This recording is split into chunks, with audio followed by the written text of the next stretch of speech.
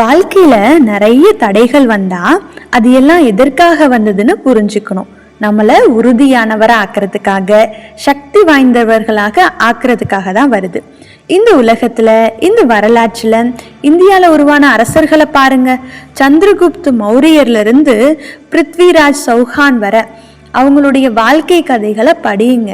எங்கும் போராட்டம் போராட்டம் போராட்டம் மட்டுமே. நம்முடைய தாதிமார்கள், தீதிமார்கள் அவங்களுடைய வாழ்க்கையினுடைய கதைகளை கேளுங்க.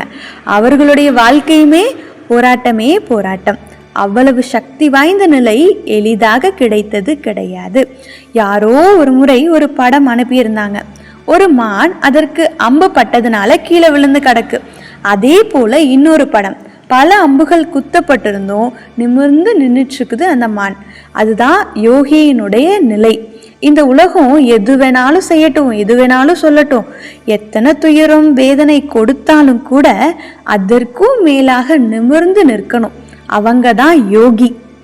அந்த நிலைதான் மிகப்பெரிய உச்சம், மிகப்பெரிய உயரமாக இருக்கு.